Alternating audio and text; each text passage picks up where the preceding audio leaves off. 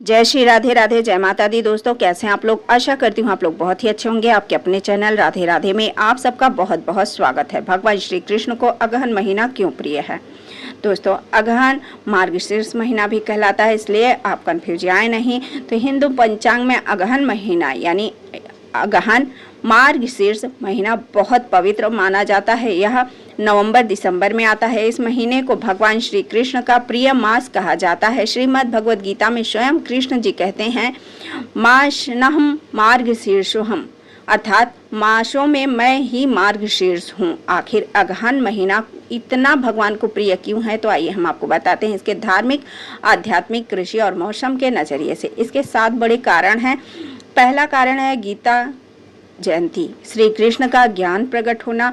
अगहन महीने में गीता जयंती आती है। यह वह दिन है जब भगवान श्री कृष्ण ने अर्जुन को गीता का ज्ञान का उपदेश दिया। मोक्षदा एकादशी इसी मास में पड़ती है। यह ज्ञान, कर्म और भक्ति का पावन संगम है।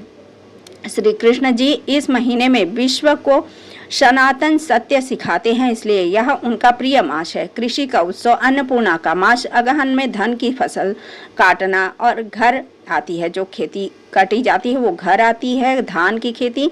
तो दोस्तों खेतों में सोना चमकता है, यानी जो फसल उसमें लहराते हैं सोने की तरह चमचमाते रहते हैं। खेत पकने के बाद धान एकदम चमकता है, तो इसलिए इसे चमकता सोना कहते हैं। यह अन्नपूर्णा का महीना है। कृष्ण गोपाल ग्वालों के स्वामी हैं। वे किसानों के सुख से प्रसन्न होते हैं। गोवर्धन पूजा के बाद यही महीना अन्न धन की खुशी लाता है, इसलिए कृष्ण इसे प्यार करते हैं।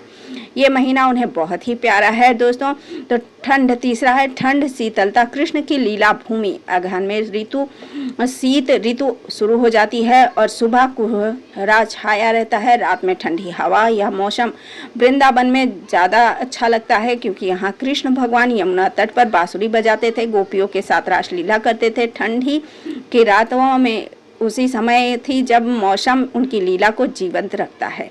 तो चौथा है दान पुण्य का महीना। अगहन दान, जप, तप विशेष महत्व है। गेहूं, चावल, गुड़, तिल दान करने की बहुत ही पहले से ही परंपरा चली आ रही है। श्री कृष्ण इसे साक्षी हैं। वही कृष्ण भगवान कहते हैं कि मुझ में समर्पण ही सच्ची भक्ति है। इसलिए अगहन मास में किया गया दान 100 गुना फल देता है। कृष्ण भक्तों की उदारता से प्रसन्न होते हैं। विवाह और शुभ कर्मों का मौसम भी अगहन महीने में ही आता है। ये 5वां है भगवान जी के लिए।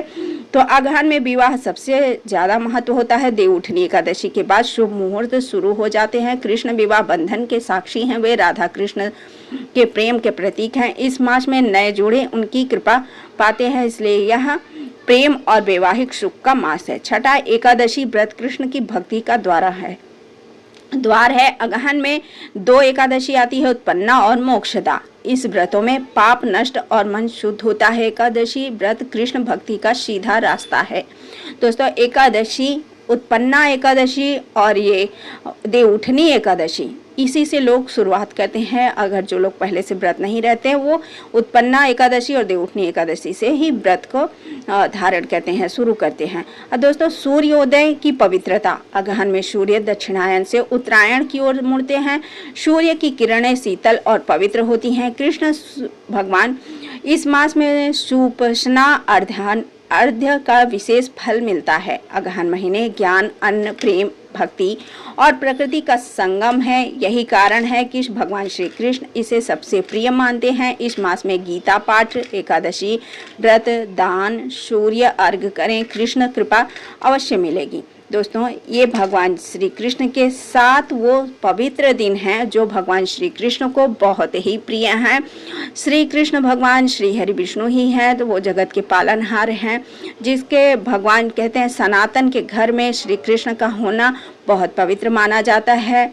इसलिए हर सनातनी घर में भगवान श्री कृष्ण के लड्डू गोपाल स्वरूप जरूर होने चाहिए। दोस्तों तो अगर आप लोग सेवा कर सके तो अवश्य रखिए। और एक बार प्रेम से बोलिए जय श्री राधे कृष्ण, जय श्री कृष्णा कृष्णा।